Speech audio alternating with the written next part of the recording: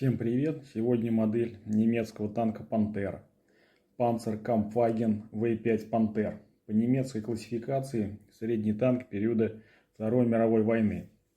Нацистская Германия вступила в войну с Советским Союзом, не располагая танками массой более 25 тонн. В концепции Блицкрига не были предусмотрены тяжелые танки, а существующие орудия калибра 37-50 мм и короткоствольные 75-миллиметровые танков Panzer-4 считались в состоянии пробить броню танков противника. Но когда Германия вторглась в Советский Союз и при встрече с танками Т-34, КВ, КВ-2 и понеся потери осенью 1941 года, концепция отсутствия тяжелых танков была изменена. По воспоминаниям Гейнца Гудериана в своих мемуарах «Воспоминания солдата» он рассказывает, как в октябре 1941 года под Мценском большое количество русских Т-34 были брошены в бой и вызвали тяжелые потери среди немецких танков. Далее Гудериан признает, что если до этого момента немцы считали свои танки намного превосходящими любую бронетехнику противника, то с появлением у русских Т-34 ситуация совершенно изменилась. В своем рапорте на имя командующего группой армий Гудериан потребовал, чтобы как можно быстрее была создана комиссия по определению проблемы на месте. Немецкие инженеры детально изучили все достоинства и недостатки Т-34 и других советских танков, после чего вынесли решение о необходимости реализации в немецком танкостроении таких новшеств, как наклонное бронирование, ходовая часть с большими катками и широкими гусеницами. 25 ноября 1941 года фирмам Daimler-Benz и MAN был выдан заказ на прототип 35-тонного танка с указанными конструктивными решениями. Перспективный танк получил условное обозначение «Пантера». Для определения наиболее подходящего для вермахта прототипа также была образована панцеркомиссия из ряда видных военных деятелей нацистской Германии. Весной 1942 года оба подрядчика представили свои прототипы. Танк ВК-3002ДБ фирмы Daimler-Benz внешне сильно напоминал Т-34. Также было предложено установить на него дизельный двигатель. Но в Германии в то время с дизельным топливом были проблемы, поскольку оно в основном уходило на нужды военно-морского флота. Фирма ИМАН был представлен прототип ВК-3002М, который имел больший запас хода, чем конкурентная машина фирмы Daimler-Benz. 3 февраля 1942 года фирма МАН получила рекомендацию об более быстром развитии своего прототипа, что фирма и сделала. Прототипу фирмы МАН комиссия отдала больше предпочтения, поскольку у него был бензиновый двигатель, удачная подвеска, лучшая маневренность, меньший вылет орудия. Прототип фирмы был выдержан в духе немецкой школы танкостроения. Переднее расположение трансмиссионного отделения и заднее расположение моторного отделения.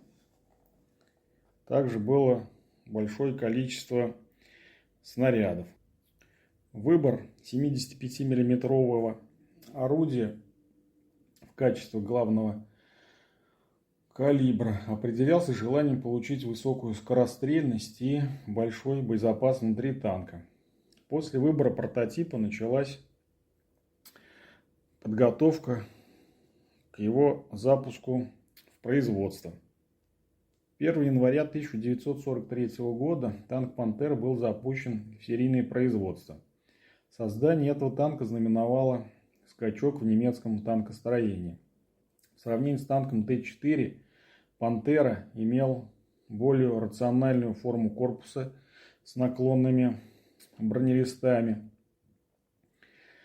Устройство для продувки ствола сжатым воздухом после выстрела, использование гидропривода для поворота башни, гидравлическое управление тормозами, многорадиусный планетарный механизм поворота с синхронизатором. Однако обилие новшеств усложняло само производство, а также техническую эксплуатацию. Тем не менее, он оказался лучшим немецким танком, весьма опасным для танков противника. Танк выпускался с января 1943 года до апреля 1945 года. Всего было выпущено около 6000 танков этого типа. Первая серия танков «Пантер» была с индексом D.